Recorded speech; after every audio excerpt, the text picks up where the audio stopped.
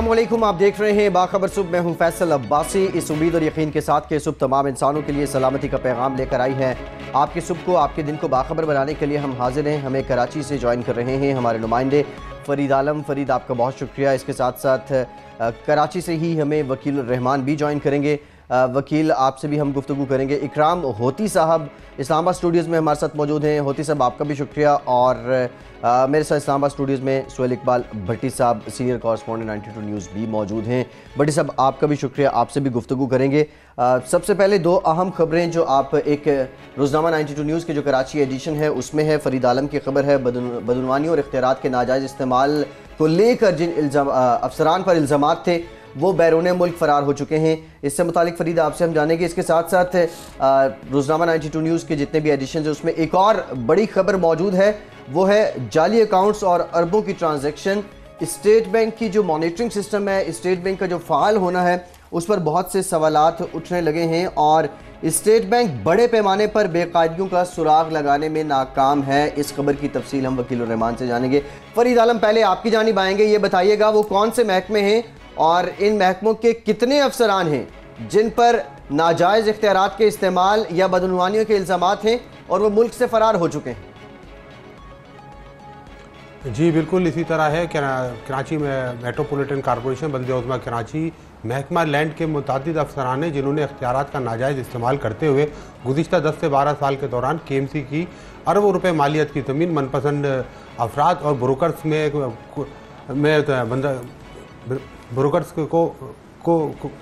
Brokers में बंदरबांट की है, जिनके खिलाफ नैब गुज़िश्ता कई माह से जो है तहकीकात कर रही थी और छानबीन कर रही थी, जिसके बाद 2 रोज़ कबल नैब कराची की जानिब से कराची के चंद अफसरान हैं जिनके खिलाफ बाकायदा रेफरेंस अदालत में दाखिल कर दिया गया, जिसके बाद KMC समेत महकमा रेवेन्यू, बोर्ड ऑफ रेवेन्यू और सिंध गवर्नमेंट के मुतादिद सरकारी अफसरान जो गुज़िश्ता 10 से 12 साल के दौरान ज़मीनों की बंदरबाट में मुलविस रहे, उनमें खुलबुली मच गई है। बहुत सारे अफसरान ऐसे हैं जिन्होंने चंद सालों में ज़मीनों की बंदरबाट में करोड़ों रुपये कमाए थे। वो अपने आप को बचाने के लिए बासर सियासी शख्सियात, आला सरकारी अफसरान से नैब के साथ मामला तय कराने के लिए राब्ते कर रहे हैं, जबकि दर पर्दा बाद अफसरान ऐसे हैं जो कि मुल्क से बाहर फरार होने की कोशिशों में भी मसरूफ़ हो चुके हैं और उन्होंने बाकायदा एक प्लानिंग के ज़रिए छुट्टी की दरख्वास्तें भी टाइप कर ली हैं और आइंदा एक आध 2 रोज़ के अंदर वो अपने महकमों के हुकाम को छुट्टी की दरख्वास्त दे सकते हैं। हमारे ज़राए बताते हैं कि KMC में 10 साल के दौरान जब शहरी हुकूमत का खात्मा हुआ और उसके बाद जब तमाम चीज़ें सरकारी अफसरान के हाथों में आ गई, तमाम इख्तियार सरकारी अफसरान के हाथ में आ गई, तो यहाँ पर जो भी एडमिनिस्ट्रेटर, DCO या म्युनिसिपल कमिश्नर तैनात हुए, उन्होंने महकमा लैंड के साथ KMC की अरबों रुपए की ज़मीन है, तो महकमा लैंड के साथ मिल के मनपसंद ब्रोकर्स के साथ साजबाज की और इसमें बासर जो उस वक़्त के हुक्मरान जमात से ताल्लुक़ रखने वाले बाद अरकान है उनको अपने साथ मिलाया और उनके साथ मिलकर जो है वूल वाशिंग एरिया है, वूल वाशिंग टैनरी है, KMC को ये ज़मीन मिली थी 1990 के अंदर। बड़ी ज़मीन है, बहुत कीमती ज़मीन है। वहाँ पर 1-1 एकड़ के प्लाट मुख्तलिफ फार्म हाउसेज वालों को फ़रोख्त किए गए, कैटल फार्म जो बनाते हैं। इसके अलावा ब्रोकर्स को भी वहाँ पर फ़रोख्त किए गए, कई लाख रुपए उसमें वसूल किए गए, जिसकी मुतअद्दिद मरतबा गुज़िश्ता कई सालों से शिकायत की जा रही थी कि वाशिंग एरिया की ज़मीन कहाँ गई। KMC की बड़ी मिल्कियत थी, है भैंस कॉलोनी के साथ वाक़ है। जब इसकी तहकीकात की गई तो मालूम ये हुआ कि वो ज़मीन बेच दी गई है। अब वो बेची कैसी गई, 1971 और वो 1975 के दरमियान के वो कागजात शो किया गया कि इनको ये ज़मीन अलॉट की गई थी, मगर वो जो है कानूनी तौर पे कहीं अलाटमेंट उसकी नहीं थी। मगर KMC के उस वक्त के जो मौजूदा डायरेक्टर लैंड थे, DCO थे और म्युनिसिपल कमिश्नर, बाद में म्युनिसिपल कमिश्नर हो गए, उन्होंने मिल के एक जाली डॉक्यूमेंट्स के ज़रिए बगैर किसी सबूत के तहरीरी दस्तावेजी सबूत के कि ये ज़मीन 1971 और 1975 के दरमियान अलॉट की गई थी, उनको लीज़ करने की NOC जारी कर दी गई, जो कि मुकम्मल तौर पर गैर कानूनी थी। 1971 और 75 के दरमियान सिर्फ KMC ने 16 प्लाट नीलाम किए थे। बगैर नीलामी के कोई भी सरकारी ज़मीन किसी भी शख्स को नहीं दी जा सकती। इसके अलावा जो है जब एडमिनिस्ट्रेटर का दौर आया तो KMC के पास जिस अरबों रुपए की जो मालियत की ज़मीन थी उसकी 2 तरीके से, या तो पुराने बोगस डॉक्यूमेंट दिखा के मनपसंद लोगों को, ब्रोकर को दी गई, या बोगस नीलाम के ज़रिए दी गई। एक जो साबिक एडमिनिस्ट्रेटर हैं रऊफ़ अख्तर फारूकी के दौर में KMC के मेन जो प्राइम लोकेशन के ग्रीन बेल्ट के ऊपर जो प्लॉट थे उनको एक अहम शख्सियत, सियासी शख्सियत के साथ मिलकर बोगस नीलाम के जरिए ठिकाने लगाने पेट्रोल पंप के लिए दिया जाने लगा। जबकि ग्रीन बेल्ट्स के ऊपर सुप्रीम कोर्ट की सख्ती से पाबंदी है कि ग्रीन बेल्ट्स पर किसी भी किस्म की तजारती सरगर्मियाँ नहीं हो सकती। आया कि आप पेट्रोल पंप के लिए कैसे नीलाम कर रहे हैं, वो भी एक नीलामी, एक सवालिया निशान है कि वो नीलामी की गई। अभी चंद दिन पहले भी एक डायरेक्टर जनरल KDA वो इस वक्त नैब की हिरासत में, उन्होंने अपने इख्तियारात का इस्तेमाल करते हुए गुलिस्तान जौहर, सरजानी टाउन, कोरंगी और दीगर इलाकों में बोगस नीलामी के जरिए कई प्लाट उन्होंने ठिकाने लगा। अरबों रुपए मालियत के बताए जाते हैं। वो प्लाट की मालियत गुलिस्तान जौहर के कई 12-13 प्लाट हैं जो उन्होंने एक अहम सियासी शख्सियात के साथ मिलकर ये मामला तय किया। इसके अलावा KMC के दीगर महकमे हैं जिनमें बड़े पैमाने पर कानूनी तरीके से रेवेन्यू को नुकसान पहुंचाया गया। KMC की जो भी चीज़ें हैं वो ठेके पे दी जाती हैं, जिसमें चार्ज पार्किंग है, वेटनरी के इनके जो स्लाटर हाउस है उनको ठेके पे दिया जाता है। इसी तरह इनका महकमा है CSR जिसमें सफारी पार्क आता है, अलादीन पार्क आता है, दीगर पार्क आते हैं, चिड़ियाघर जू आता है, उन सब के ठेके किए जाते हैं। लेकिन इन्होंने एक ख़ास प्लानिंग के जरिए मनपसंद अफराद को वो ठेके देने के लिए, ठेकों के कवानीन ये है कि जब भी आप कोई ठेका देते हैं तो पिछली ठेके से 15%, 10-20% बढ़ा के देना चाहिए। लेकिन इन्होंने उस ठेके में नुकसान जाहिर करके करोड़ों रुपए कम में वो ठेके जारी किए, जिसकी वजह से KMC को गुज़िश्ता 10 साल की मद में अगर वाज़ेह और शफाफ तहकीकात की जाएँ तो कई अरब रुपए हैं जो अफसरान ने ठिकाने लगाए ज़मीनों की मद में। खुद जब सुप्रीम कोर्ट ने एक्शन लिया था कि कराची की कितनी ज़मीनें हैं जिस पे कब्जा किया गया है, इसकी तफसीलात फराहम की जाए और इनको फौरी तौर पर खाली कराया जाए। तो बिल्कुल ऐसे ही है। कराची के अंदर अराजी स्कैंडल की हम बात करें तो कोई ऐसा स्कैंडल नहीं है जो अरबों रुपए से कम मालियत का हो। क्या बताइएगा कि जब से नैब ने बड़ी सुबह रफ्तारी के साथ ऐसे स्कैंडल के खिलाफ कार्रवाई का आगाज़ किया, चाइनिंग कटिंग करने में मुलविस सरकारी अफसरान और निजी कंपनी से वाबस्ता अफराद के खिलाफ जब कार्रवाइयों का आगाज़ हुआ तो क्या अब ये प्रैक्टिस जो चाइना कटिंग की टर्म इस्तेमाल होती थी या मुख्तलिफ अराजी को मुख्तलिफ तरीके से गैर कानूनी तरीके से फ़रोख्त करके वहाँ पर फ्लैट्स बनाकर फ़रोख्त कर दिया जाता था, क्या ये प्रैक्टिस अब कम हुई है, रुक चुकी है या नहीं? और दूसरा ये भी बताइएगा कि नैब ने जिन मामलात के अंदर रेफरेंस दायर कर दिया है उनके मुल्ज़मान के बैरून मुल्क फ़रार होने का वो मनसूबा बना रहे हैं, क्या नैब ने इनके बैरून मुल्क इनको फ़रार होने से रोकने के लिए इनके पासपोर्ट को ब्लैक लिस्ट करवाया है या इनके नाम इसिल में डलवाए गए हैं कि इनको रोकने के लिए कोई इकदाम किया गया है कि ये बैरून मुल्क ना जा सकें? जी, जैसा कि आपने कहा कि चाइना कटिंग का सिलसिला रुका है या कम हुआ है, नहीं, इसमें कोई थोड़ी सी कमी आई है, लेकिन ये सिलसिला आज भी जारी है। आज जो है इनको तरीका तब्दील कर दिया गया है।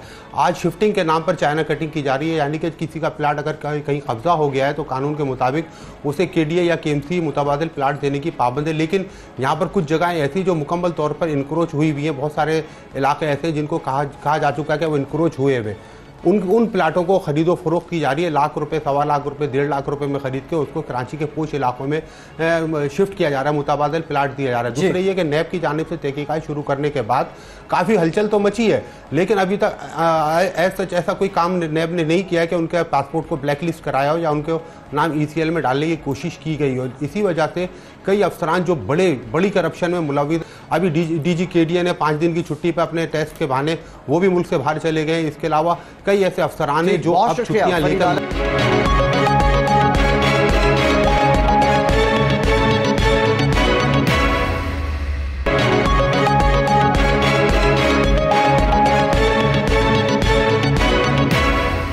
भट्टी साहब, आपकी तरफ आऊँगा। एक और इंतहाई अहम मामला है मालम जब्बा में स्की रिजॉर्ट का मंसूबा और जो लीज दी गई, इस मामले को लेकर नैब तहकीकात कर रहा है।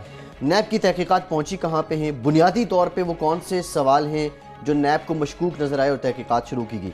दूसरा, आप कह रहे हैं कि एक जमात इस मंसूबे को बंद करवाना चाहती है, उस जमात के मकासद क्या हैं? फैसल, देखिए, वज़ीर-ए-आज़म इमरान खान मुल्क भर के अंदर सियाहत को फ़रोग़ देने के लिए कोशिश हैं। वो नथिया गली की हम बात करें, गिलगित बल्तिस्तान की बात करें, हम कश्मीर के आज़ाद कश्मीर के हवाले से बात करें, मरी की बात करें या कराची, इवन किसी भी सूबे की बात करें, जहाँ कहीं भी ऐसे मकामात हैं जिन्हें डेवलप किया जा सकता है सियाहत के लिए, तफरीह मकासद के लिए, वहाँ पर उनको प्रमोट करने के लिए एफर्ट्स जारी हैं, आला सतह के इजलास हो रहे हैं। दूसरी जानिब एक ऐसा मनसूबा जो तफरीही और सियाहती लिहाज से इंतहाई मुनफरिद और सबसे बड़ा और अहम मनसूबा है, जिसे मालम जब्बा स्की रिजॉर्ट मनसूबे का नाम देते हैं। ये एक बड़ा तारीखी मनसूबा है। वाली सवात की जानिब से 1969 के अंदर 275 एकड़ अराजी मालम जब्बा के अंदर हुकूमत पाकिस्तान को इसलिए दी गई थी कि यहाँ पर टूरिस्ट के लिए अट्रैक्शन बहुत ज़्यादा है।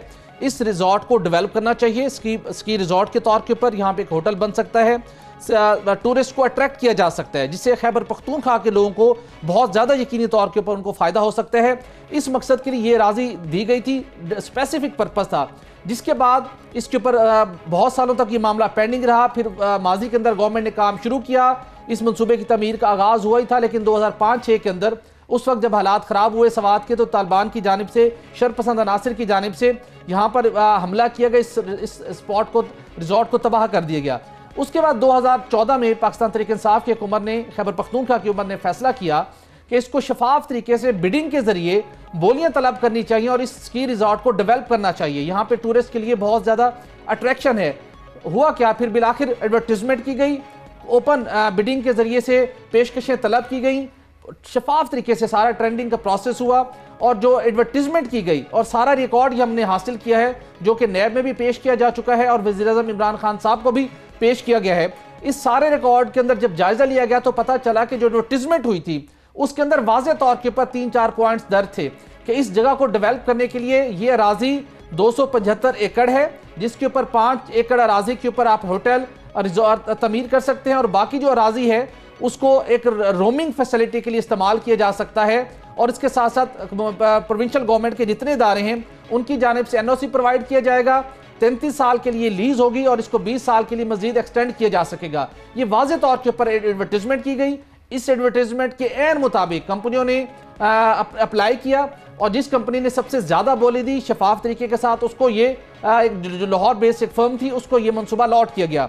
उसके बाद सिर्फ ये नहीं हुआ, बल्कि फिर इस मामले को जो एक पॉइंट इसके अंदर रह गया था कि जो टूरिज्म पॉलिसी थी उसके मुताबिक लीज 15 साल के लिए हो सकती है।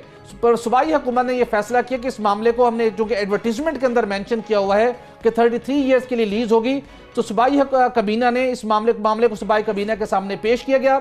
सूबाई कबीना ने इसकी बाज़ाब्ता तौसीक की मंजूरी दी, जिसके मुताबिक 12 एकड़ 6 कनाल अराजी के ऊपर चेयर लिफ्ट और होटल की तमीर होनी है और बाकी 257 एकड़ अराजी को एक फेंसिंग करके वहां पर उसको रोमिंग फैसिलिटी के लिए कि वहां पर टूरिस्ट वहां पर घूम फिर सके, उस मकसद के लिए यूज होगा। बड़े शफाफ तरीके के साथ ये सारा मामला टेकअप किया गया, लेकिन गड़बड़ यहां पर कैसे हुई, जिसकी वजह से नैब को यह मामला टेकअप करना पड़ा और फिर मुख्तलिफ लोगों के वेस्टेड इंटरेस्ट इसमें इन्वॉल्व हो गए। महकमा जंगलात ने इस कंपनी को, जिसने ये रिजॉर्ट डेवलप करना था, जो इसकी डेवलपमेंट के ऊपर अब तक जो होटल की बिल्डिंग तमीर हो चुकी है, चेयर लिफ्ट तमीर हो चुकी है, स्कीइंग रिजॉर्ट डेवलप हो चुके हैं, 2 कंपटीशन हो चुके हैं, इमरान खान साहब ने इसका इफ्तिताह किया था, 1 करोड़ पैसे जायद का खर्चा हो चुका है। लेकिन उसके बाद जब ये मामला सारा चल रहा था तो महकमा जंगलात ने कहा कि इस अराजी की मलकियत चूंकि उनके पास है, तो इसकी जो 257 एकड़ अराजी है इसके बाहर एक फेंसिंग करनी है। तो कहा, इस कंपनी से कहा गया कि इस फेंसिंग के लिए आप रकम फराहम करेंगे। कंपनी ने एग्री किया। उसके बाद महकमा जंगलात का ही एक लेटर जारी हुआ कि सिर्फ फेंसिंग नहीं बल्कि सिविल कंस्ट्रक्शन कुछ यहाँ पर हमने करनी है, आप दीगर आलात और मशीनरी भी आप हमें फराहम करेंगे, वो भी फराहम की गई। जब इस काम के ऊपर आगाज हुआ तो उसी महकमा जंगलात ने फिर एक FIR का अंदराज करवा दिया कि यहाँ पर इंक्रोचमेंट हो रही है।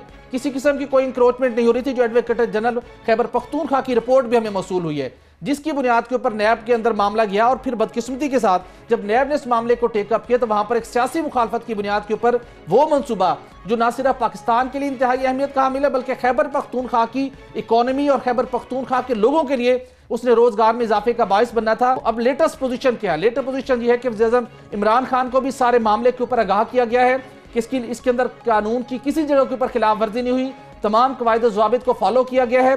और उसके साथ अब बड़ा मामला यह है कि वहां पर जो होटल की इमारत तमीर की गई, उस होटल की इमारत को तमीर करने के लिए जो सर्विसेज का जो एग्रीमेंट था पाकिस्तान के अंदर काम करने वाले एक और 5 स्टार ग्रुप को दिया गया था।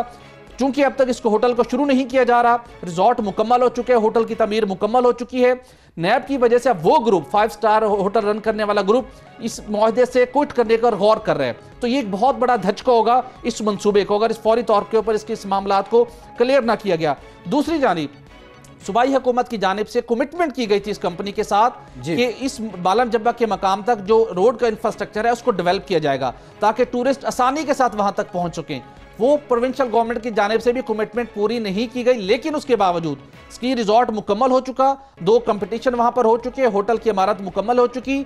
अब जो निटी-ग्रिटी इसके अंदर एक सियासी मुखालफत की बुनियाद के ऊपर इस मामले को लटकाया जा रहा है, मुतनाज़ा बनाया जा रहा है। प्राइम मिनिस्टर इमरान खान साहब को, चेयरमैन नैब को बराह रास्त इस मामले को देखना चाहिए। अगर इस मामले के अंदर शफाफ तरीके से बिडिंग हुई, कानून और तमाम कायदे ज़ाबित को फॉलो किया गया, फिर इस मंसूबे को ताखीर से दचार नहीं होना चाहिए, क्योंकि ये वो मंसूबा है जिसके बेस के ऊपर पाकिस्तान में अब दीगर जो टूरिस्ट स्पॉट हैं आप उन्हें डेवलप कर सकते हैं और टूरिस्ट की अट्रैक्शन हासिल कर सकते हैं। बड़ी साहब, हुकूमत क्या करेगी? मामला तो अब नैब में है, ये तो अब नैब की जिम्मेदारी बनती है।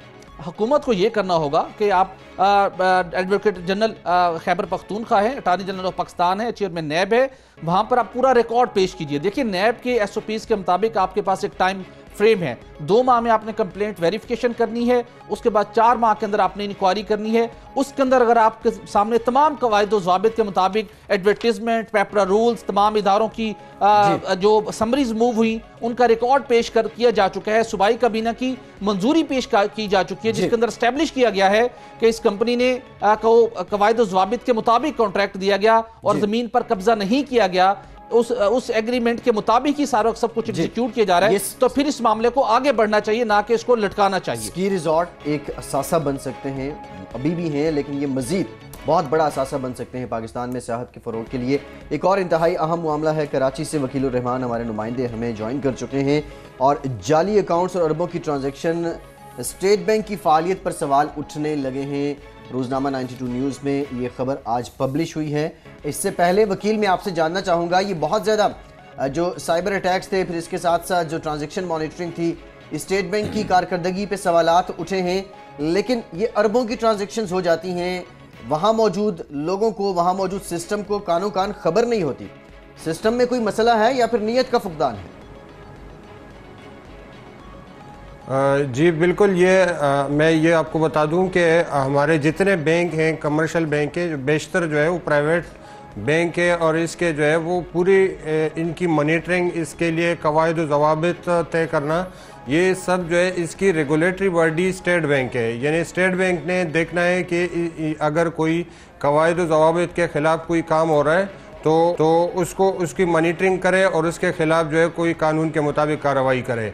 अब हम ये देखते हैं कि ये पे दर पे जिस तरीके से वाक़यात सामने आ रहे हैं कि कल जो है एक रिक्शे वाले के अकाउंट से कोई 8 अरब रुपए से ज़्यादा के ट्रांजैक्शन का वाक़या वो सामने आया है। इससे पहले फालूदे वाला और दूसरे जो है आम लोगों के उस अकाउंट से ट्रांजैक्शन सामने आए, बेनाम और जाली अकाउंट्स का जो है एक सिलसिला शुरू हुआ है।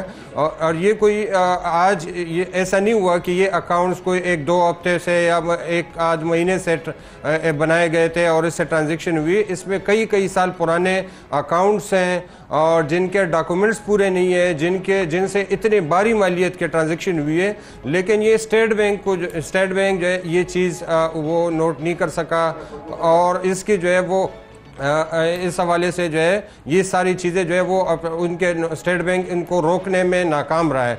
तो ये वाक़यात देखते हुए फिर ये अभी पिछले इतवार को एक बैंक का एक बड़ा वाक़या सामने आया है कि उसके आउट पाकिस्तान से बाहर उसके जो है पे कार्ड्स पर वो हैक कर लिए गए और उससे जो है करोड़ों रुपए जो है निकाल दिए गए। तो ये जो वाक़यात हो रहे हैं उससे बैंकिंग इंडस्ट्री से जो वाबस्ता लोग हैं उनमें बड़े बेचैनी पाई जा रही है और वो कह रहे हैं कि इसका मतलब है कि स्टेट बैंक जो है उस तरह अपनी ज़िम्मेदारी पूरी नहीं कर रहा जिस तरह ज़िम्मेदारी पूरी करनी चाहिए। यानी ये तो कुछ वाक़यात जब सामने आते हैं तो स्टेट बैंक हमें एक्टिव नज़र आते हैं कि वो हिदायत जारी करने लगता है और कुछ गाइडलाइंस जारी करने लगता है, लेकिन जब सवाल ये है कि ये वाक़यात जो है वो रोक क्यों नहीं पा रहे हैं। इस करेंसी का भी जो है कई बार ये वाक़यात हुए हैं कि करेंसी एक्सचेंज वाले वो डॉलर को उठाते हैं, सट्टेबाजी होती है और उसके नतीजे में एक मार्केट में एक बेयकीनी अनसर्टेनिटी फैल जाती है, लोगों को नुकसान होता है। लेकिन ये है कि हम देखते हैं कि स्टेट बैंक उसके 1 दिन बाद 2 दिन बाद वो एक रस्मी कार्रवाई होती है कि वो एक्सचेंज डीलर्स को बुलाते हैं, उनको सामने बिठा के और वो इजलास करते हैं। फिर ये कोई एक प्रेस रिलीज जारी की जाती है कि हम स्टेट बैंक जो है वो सूरत हाल की मॉनिटरिंग कर रहा है और अगर कोई गलत काम हो रहा है तो उसको रोका जाएगा। इस तरह की जो है एक रस्मी प्रेस रिलीज की हद तक स्टेट बैंक की कार्रवाई नज़र आ रही है, लेकिन अमली तौर पर ये जो है वो बैंकों को अपने जो है वो कवायद ज़वाबित और उसके मुताबिक पाबंद बनाने में अभी तक स्टेट बैंक मुकम्मल तौर पे नाकाम नज़र आ रहा है। और इस पे जो है वो कई यानी ये केसेस सामने आने के बाद जो बैंक के खुद बैंकार और बैंक से वाबस्ता लोग वो भी जो है वो कहते हैं कि अगर ये इसी तरीके से स्टेट बैंक जो है अपनी इसी रविश पर चलता रहा तो आज एक बैंक के जो है इस तरह एक हैक किए गए, इससे पहले एक बैंक के एटीएम की जो है वो स्कैमिंग के वाक़यात आए थे। अगर ये इन वाक़यात को रोका नहीं गया तो आगे जाकर इससे बड़े वाक़यात रोनुमा हो सकते हैं, लोगों के अकाउंट होल्डर के जो है वो ये बताइए कि जाली बैंक अकाउंट्स के मामले के अंदर हम देखते हैं कि मुख्तलिफ बैंकों के अंदर जब ये अकाउंट खुले और ऑपरेट हुए तो स्टेट बैंक ऑफ पाकिस्तान की रेगुलेशंस की वायलेशन हुई, लेकिन स्टेट बैंक ऑफ पाकिस्तान ने किसी जगह के ऊपर ऐसे बैंकों के खिलाफ कोई कार्रवाई नहीं की जहां पर उसकी रेगुलेशन की खिलाफ वर्जी की गई। अब दूसरा जो मामला है साइबर अटैक का, साइबर अटैक के हवाले से स्टेट बैंक ऑफ पाकिस्तान के साथ साथ सबसे बड़ी कलीदी जिम्मेदारी आयद होती है FIA के ऊपर। क्या इस मामले के ऊपर स्टेट बैंक ऑफ पाकिस्तान ने या निजी बैंकों ने FIA को आगाह किया है और अब तक FIA की जानिब से, FIA की साइबर क्राइम सेल की जानिब से कोई कार्रवाई इस मामले के अंदर की गई है? देखिए, इसमें बुनियादी जिम्मेदारी बैंकों की अपनी है कि बैंक अपने IT सिस्टम को, अपने सिक्योरिटी सिस्टम को वो वक्त के साथ साथ अपडेट करते रहें और उसमें एक ख़ास इन्वेस्टमेंट करें, उस पर तवज्जो दें, उसमें माहिरीन एक्सपर्ट्स को जो है वो इन्वॉल्व करें ताकि आगे दुनिया भर में आपके IT सिस्टम पर जो ख़तरात मंडला रहे हैं, नए नए तरीके आ रहे हैं, नए नए हैकिंग के, स्किमिंग के नए नए तरीके आ रहे हैं, तो हर बैंक की जिम्मेदारी है और ये स्टेट बैंक की बाकायदा डायरेक्शंस भी है कि आप जो है वो अपने इस सिस्टम को अपडेट करते रहें, अपने रियल टाइम यानी छुट्टी इतवार इसको दे के बगैर रियल टाइम में आप मॉनिटरिंग करें और चीज़ों को, अपने डेटा को अपडेट करें सॉफ्टवेयर के ज़रिए, उनको जो है जितने सिक्योर किया जा सकते हैं उसकी तरफ तवज्जो दी जाए। लेकिन बैंक इस तरफ तवज्जो नहीं दे रहे हैं, वो इसमें इन्वेस्ट करने के लिए तैयार नहीं है, तो इसकी वजह से ये अब बैंक खुद कर नहीं रहे। स्टेट बैंक की जो जिम्मेदारी है कि वो उनसे करवाए, स्टेट बैंक वो जिम्मेदारी अदा नहीं कर रहा। अब जो है ये जो एक आज केस सामने आया उस पर FIA की अपनी एक जिम्मेदारी, अपनी एक वो है कि इंटरनेशनली क्या वो, क्योंकि ये अटैक, ये जिस वाक़े की तरफ आपने इशारा किया, ये वाक़या इंटरनेशनली आपके मुल्क के बाहर पे कार्ड पे हुआ है, अटैक हुआ है, तो इसका अब ये देखना पड़ेगा कि क्या FIA इसको बहुत शुक्रिया वकील रहमान, आप हमारे साथ मौजूद थे। एक ब्रेक के बाद दीगर मामलात पे बात करते हैं।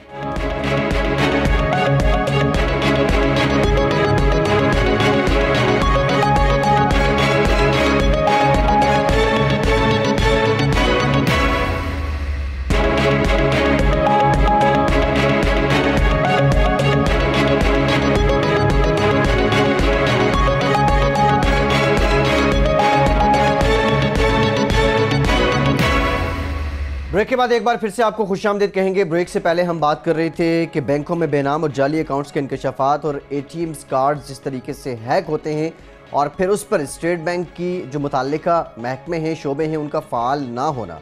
भट्टी साहब, आपकी खबर है, इसी सिलसिले की एक कड़ी है कि जो साइबर अटैक्स होते हैं और उसके बाद जो डाटा हैक कर लिया जाता है और फिर उसके ज़रिए लोगों को लूटा जाता है। इंटेलिजेंस रिपोर्ट बाखबर सुबह ने हासिल कर ली है, आपके पास ये रिपोर्ट है, इस रिपोर्ट के मंदरजात भी बताइए और अब तक कितने पाकिस्तानी हैं जो मुतासर हो चुके हैं। फैसल, देखिए 27 अक्टूबर को बैंक इस्लामी के नेटवर्क के ऊपर ये एक साइबर अटैक हुआ जिसके नतीजे में इंटरनेशनल ट्रांजैक्शन के थ्रू वो ट्रांजैक्शन जो हम अपने डेबिट कार्ड के ज़रिए सार्फिन करते हैं उसके ज़रिए से लाखों रुपए की रकम निकाल ली गई। कहा गया इनिशली कि $2.6 मिलियन का डेंट पड़ा है, ताहम उसके बाद बैंक ने शायद अपनी स्ट्रेटजी के पेश नज़र या इनिशियल जो उन्होंने कहा कि नहीं ये रकम शायद 26 लाख रुपए तक महदूद है।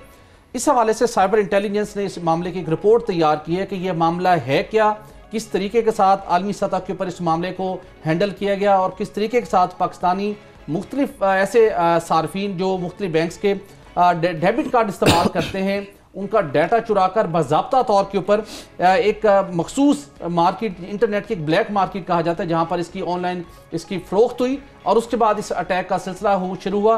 और अभी मजीद आने वाले चंद दिनों के अंदर कुछ इस किस्म के अटैक का खदशा है, जिसके नतीजे में मुख्तलिफ बैंकों ने इन साइबर हमलों के खदशों के पेश नज़र इन डेबिट कार्ड के जरिए आलमी अदायगियाँ फौरी तौर पर रोक दी हैं।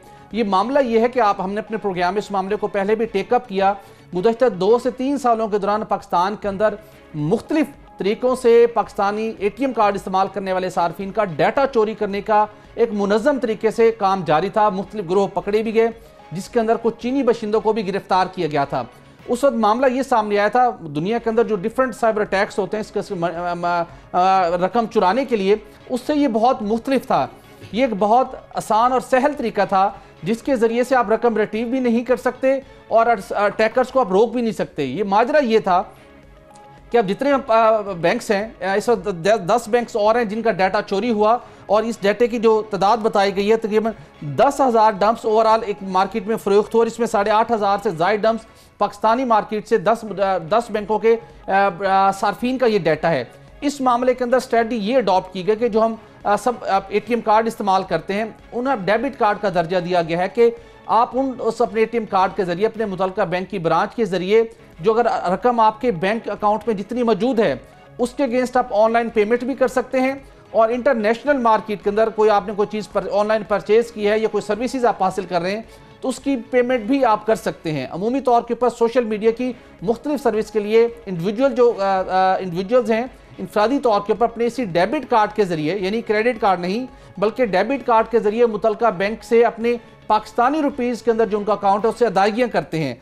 इसी मामले के अंदर 2-3 सालों से मुनज़्ज़म तरीके के साथ पाकिस्तान में ATM मशीन के ऊपर मुख्तलिफ तरीकों के जरिए से इन पाकिस्तानी ATM कार्ड इस्तेमाल करने वाले सार्फिन का डाटा चोरी किया गया। उस डाटे को चोरी करने के बाद यहाँ पर भी बहुत से वाक़यात रिपोर्ट हुए। यही मुख्तलिफ बैंकों के अंदर उस डाटा ATM कार्ड का डाटा चुराने के बाद, पिन कोड चोरी करने के बाद यहाँ पर भी मुख्तलिफ बैंकों की ब्रांचों से नया ATM कार्ड तैयार करके रकूम निकलवाई गई। लाखों रुपए निकलवाने के हवाले से मामला रिपोर्ट हुए।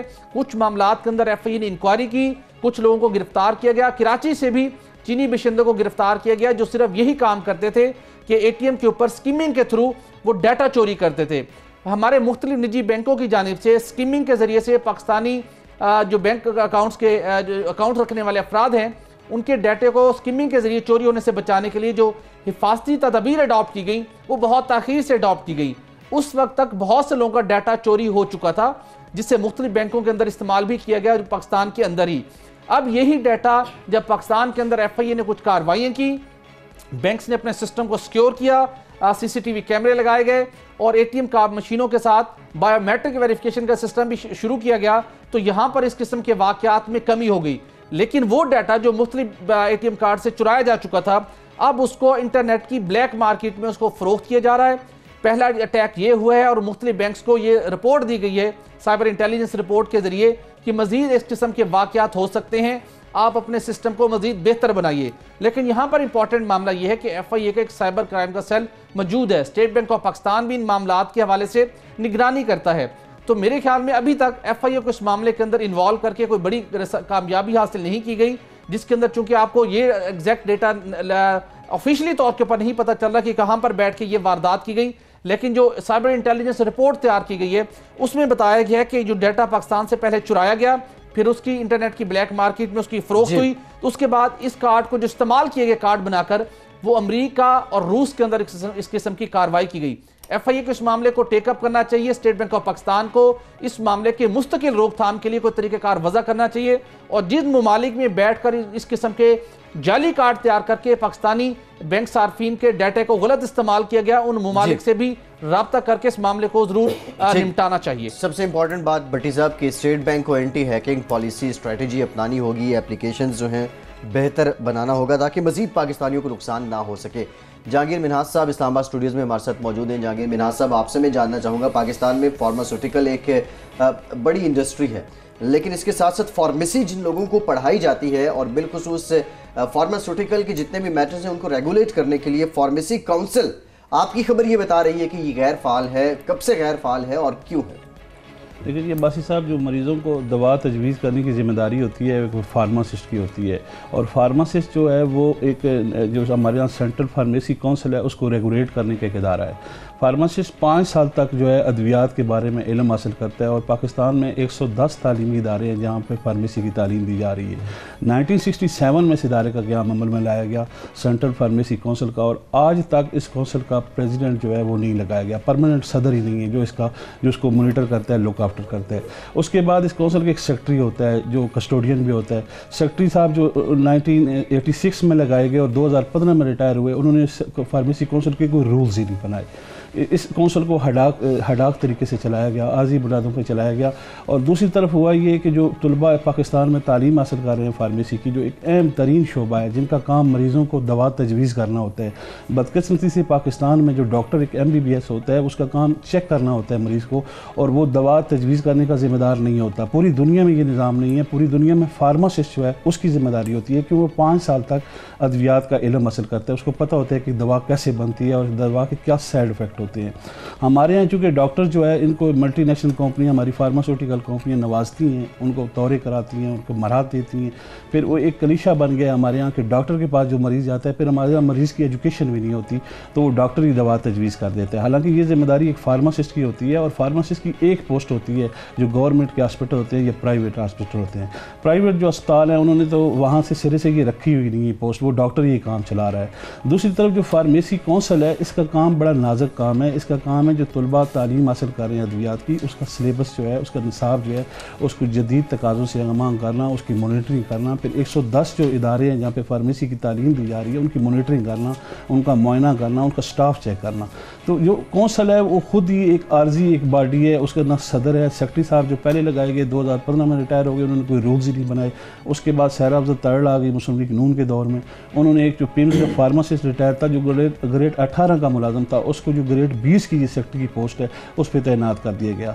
वो मौसूफ 3 साल तक रहे, और वो भी मुख्तलिफ जो कंपनियाँ थीं जो अद्वियात तैयार करती हैं उनसे अपनी मराहत लेते रहे, लेकिन उन्होंने उन तलबात के लिए जो फार्मेसी की तालीम हासिल कर रहे थे यूनिवर्सिटी और कॉलेजेस में, उनके सिलेबस के लिए उनको जदीद तकाज़ों से मांग करने के लिए कोई काम नहीं किया। और जहाँ रूल्स की बात की, सदर भी अपॉइंट नहीं करे, रूल्स भी मौजूद नहीं है। रूल्स किस मिनिस्ट्री ने तैयार करवाने हैं, किसने अप्रूव करवाने हैं, कैबिनेट से किसकी जिम्मेदारी है? ये भट्टी साहब वजारत सेहत का एक ज़ैली इदारा है, और ये वजारत सेहत ही की जिम्मेदारी थी कि इसकी तरफ तवज्जो दी जाती। बदकिस्मती हमारे यहाँ उन चीज़ों की तरफ तवज्जो दी जाती है जहाँ बैरूनी दौरे हों, जहाँ उन अफसरान को मराहत दी जाए, और जहाँ पे जो हमारी फार्मास्यूटिकल की सनत से वाबस्ता लोग हैं उनको मराहत दी जाए ताकि वो उनके ज़ाती फ़ायदे उठा सकें।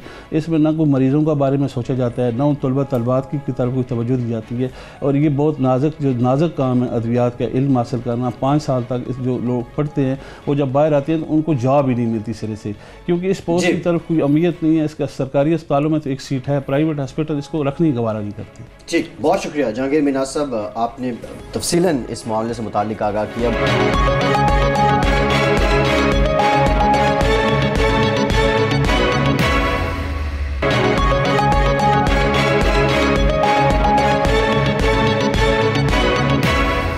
भट्टी साहब, मैं आपकी जानिब आऊँगा। अच्छी खबर है, पाकिस्तान नाइजीरिया को 3 JF थंडर तैयारे फ़रोख्त करेगा, और अब बाकायदा तौर पे $184 मिलियन मालियत के तैयारों की फ़रोख्त की सॉवरन गारंटी की मंजूरी भी दे दी गई है। इससे पहले हमने बारहा बात की नई मंडियाँ तलाश करना, ये उसी सिलसिले की कड़ी नज़र आती है। असल देखिए, पाकिस्तान में एक बड़ी डिबेट होती है कि हमें अपनी प्रोडक्शन के अंदर, मुख्तलिफ अशिया की प्रोडक्शन के अंदर हमें खुद कफ़ालत हासिल करनी चाहिए कि हम जो हमारा मुख्तलिफ अशिया के ऊपर दफ़ाई साजो सामान हो या दीगर चीज़ें हो, जो हम इंपोर्ट के ऊपर इन्हिसार करते हैं, उसके बाद इंपोर्ट के ऊपर इन्हिसार करने के नतीजे में जो हमारे ज़र मुबादला के ज़खायर पर बोझ पड़ता है, और फिर अल्टीमेटली हमारा करंट अकाउंट डेफिसिट $18 अरब तक पहुँचता है, और फिर डॉलर की शॉर्टेज और डॉलर की कदर में इजाफे के मसाइल सामने आते हैं। तो उस खुद इन्हिसारी की जानिब एक बहुत बड़ा कदम है, एक बहुत बड़ी अचीवमेंट है।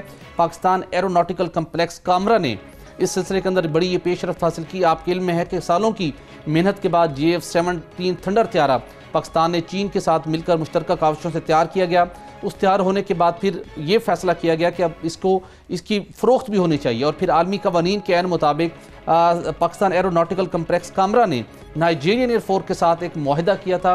उस मुआहिदे के ऐन मुताबिक पाकिस्तान ने नाइजीरिया को 3 JF-17 थंडर तैयारे फरोख्त करने का फैसला किया। इसकी बाज़ाब्ता तौर के ऊपर मुतलका फोरम से पहले मंजूरी हासिल की गई और फिर इस ट्रांजैक्शन को एग्जीक्यूट करने के लिए इक्तिसादी राब्ता कमेटी से रजू किया गया, चूँकि नाइजीरिया की जानिब से ये मुतालबा किया गया था कि इस डील को सिक्योर वे में एग्जीक्यूट करने के लिए उन्हें सॉवरन गारंटी एक सर्टिफिकेट फराहम किया जाए। पहले मुतालबा नाइजीरिया के सामने से ये आया था कि सॉवरन बैंक गारंटी होनी चाहिए, ताहम इसी से ने यह फैसला किया, फेडरल गवर्नमेंट ने यह फैसला किया कि इस डील को एग्जीक्यूट करने के लिए, जो कि $184 मिलियन की है, सॉवरन गारंटी सर्टिफिकेट फराहम किया जाए। इक्तिसादी राब्ता कमेटी की जानिब से बाज़ाब्ता तौर के ऊपर मंजूरी दी जा चुकी है, जिसके नतीजे में अब $184 मिलियन की सॉवरन गारंटी सर्टिफिकेट जारी किया जाएगा, जिसके नतीजे में पाकिस्तान नाइजीरिया को 3 JF-17 थंडर तैयारे फरोख्त करेगा और उसके एवज पाकिस्तान को $184 मिलियन वसूल होंगे। ये खतीर रकम है उस वक्त जब पाकिस्तान को ज़र मुबादला के ज़खायर को बेहतर बनाने के लिए डॉलर की अशद ज़रूरत है। पाकिस्तान मुख्तलिफ दोस्त ममालिक से रब्ता कर रहा है ताकि अपनी इस ज़र मुबादला के ज़खायर को बेहतर बनाया जा सके। इंपोर्ट के ऊपर हमारा इन्हिसार बहुत ज़्यादा है। दिफाई माहिरीन इस डील को बहुत अहमियत का हामिल करार दे रहे हैं और एक पाकिस्तान के लिए आलमी मंडी के अंदर जहां दिफाई साजो सामान की खरीदो फरोख्त की जाती है, वहां पर अपनी अशिया को फरोख्त करने के लिए पाकिस्तान की क्रेडिबिलिटी में इजाफा होगा और पाकिस्तान को इस डील के बाद नए ऑर्डर्स भी मिल सकते हैं। मुख्तलिफ दिफाई नुमाइश के अंदर भी जब जो पाकिस्तान में मुनक्किद होती रही हैं, वहाँ पर भी पाकिस्तान मुख्तलिफ अपना दिफाई साजो सामान जो खुद तैयार करता है पाकिस्तान में फ़रोख्त के लिए पेश किया जाता है और मुख्तलिफ ममालिक की जानिब से उसमें दिलचस्पी का इजहार किया जाता रहा है। तो हम अब ये दुनिया के एक जदीद तरीन तैयारों की फ़रोख्त, ये एक बड़ी अचीवमेंट है पाकिस्तान की और स्पेशली जहाँ पर भी ये तैयार अब नाइजीरिया में जाएंगे और जब इसके ऊपर मेड इन पाकिस्तान में लिखा होगा तो यकीनी तौर के ऊपर पाकिस्तान का एक आलमी सतह के ऊपर दिफाई साजो सामान के हवाले के सामान की तैयारी के हवाले से भी एक नाम में इजाफा होगा और उसके बाद हम मज़ीद ऑर्डर्स भी हासिल कर सकते हैं। दिफाई माहिरीन का ये ख्याल है कि पाकिस्तान के पास बहुत अब इस किस्म की कैपेसिटी इस्तेदादकार डेवलप हो चुकी है कि वो न सिर्फ जंगी तैयारे बल्कि दीगर जो दिफाई सामान है वो तैयार कर सकता है आलमी मेयार के ऐन मुताबिक और उसको फ़रोख्त करके कसीर ज़र मुबादला भी कमाया जा सकता है। तो ये एक बड़ी अच्छी डेवलपमेंट है कि मेड इन पाकिस्तान के हवाले से एक जंगी तैयार करने के बाद कामयाब तरीके से उसकी कमर्शियल डील के जरिए से नाइजीरियन एयरफोर्स को उसकी फ़रोख्त को यकीनी बनाया गया। बड़ी साहब ये तो आगाज़ हो रहा है, लेकिन बाकायदा तौर पे इसको आप लैंडमार्क बनाने के लिए, बेंचमार्क बनाने के लिए इसकी एग्जीबिशन, फिर इसकी प्रमोशन, फिर जो आपके कमर्शियल अताशी हैं, इनका रोल, इसके लिए भी क्या कोई पीटीआई की गवर्नमेंट स्ट्रेटजी बनाने पे गौर कर रही है? जी, गवर्नमेंट तो यकीनी तौर पे इसके हवाले से स्ट्रेटजी बनाएगी और गवर्नमेंट का वजारत तिजारत का बड़ा फोकस है इस हवाले से कि बैरून मुल्क मुकीम मुख्तलिफ सफारत खानों में जो कमर्शियल अताशी हैं, डिफेंस अताशी हैं, उनको एक्टिवेट किया जाए, उनको वो फाल तरीके से अपना किरदार अदा करें और पाकिस्तान की ना सिर्फ दिफाई शोबे के अंदर जो मुख्तलिफ अशिया तैयार कर रहा है उसकी फ़रोख्त की जा सके, बल्कि दीगर शोबों के हवाले से जो पाकिस्तान की अपनी अशिया पाकिस्तान जो तैयार कर रहा है उसको फ़रोख्त किया जा सके। इस किस्म की अगर एफर्ट की जाती है और इस पर फोकस किया जाता है तो यकीनी तौर के ऊपर नताइज बहुत बेहतर हो सकते हैं। हम अपना जो ट्रेड डेफिसिट है जिसके अंदर 34 अरब डॉलर का जो हमें डेफिसिट का सामना करना पड़ सकता है, हमारा सारा निसाल टेक्सटाइल मसनूआत की इंपोर्ट के हवाले से 80 से 90% तक, तो हमें दीगर जो अशिया पाकिस्तान तैयार करता है उसके अगर हम बेहतर मार्केटिंग करें, बेहतर उसके ऑर्डर्स हासिल करें और दुनिया में मुख्तलिफ ममालिक में मुख्तलिफ औकात में जो दिफाई साजो सामान के हवाले से नुमाइशों का इनेकाद किया जाता है, पाकिस्तान वहाँ पर पार्टिसिपेट करता है। एयर शो हों वहाँ पर भी पाकिस्तानी एयरफोर्स के जो जवान हैं, तैयारे हैं, वहाँ भेजे जाते हैं, उसमें पार्टिसिपेट करते हैं।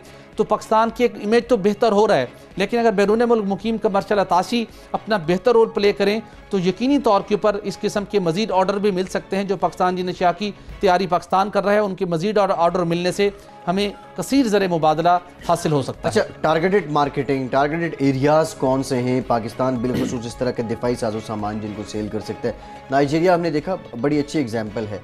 इस तरह के और ममालिक, अफ्रीकन कंट्रीज़, अमेरिका के जो रीजन में जो ममालिक आते हैं, एक बड़ी मार्केट है पाकिस्तान की, वहाँ पे एक्सेस नहीं है उस तरीके से। देखिए, दुनिया के अंदर आपको पता है कि इस मार्केट के हवाले से कौन डोमिनेट करता है? Super powers of course European, America, उनकी डोमिनेंस इसके ऊपर है, लेकिन ये चीज़, इस टाइप की डील्स आपकी म्यूचुअल आपके कॉपरेशन के साथ, आपकी बाहमी तल्लुकात के ऊपर डिपेंड करती है। पाकिस्तान का जिन दोस्त मालिक के साथ बेहतर रवाबित हैं, जिनकी जानिब से पाकिस्तान को अब काफ़ी माली इमदाद भी मिल रही है, वो सारे मार्केट के पाकिस्तान के लिए बड़ी मार्केट मौजूद है। यूएई की हम बात कर सकते हैं, हम कतर की बात कर सकते हैं, हम सऊदी अरब की बात कर सकते हैं। तो ये डिफेंस डील तो यकीनी तौर के ऊपर बाहमी ताल्लुकात और एतमाद की बुनियाद के ऊपर एग्जीक्यूट होती हैं। तो फ्यूचर के अंदर भी बड़ा फ़ायदा होगा। जब इस किस्म की दफाई साज सामान आप फरोख्त करते हैं तो उनके फ्यूचर में स्पेयर पार्ट भी आप प्रोवाइड करेंगे, तो ये आपको एक अच्छा कसीर ज़र मुबादला कमाने का मौका इस हवाले से मिल सकता है। अच्छा आगाज़ है और उम्मीद यही है कि ये मज़ीद ये सिलसिला तूल पकड़े। फैसल अब्बासी को इजाज़त दीजिए।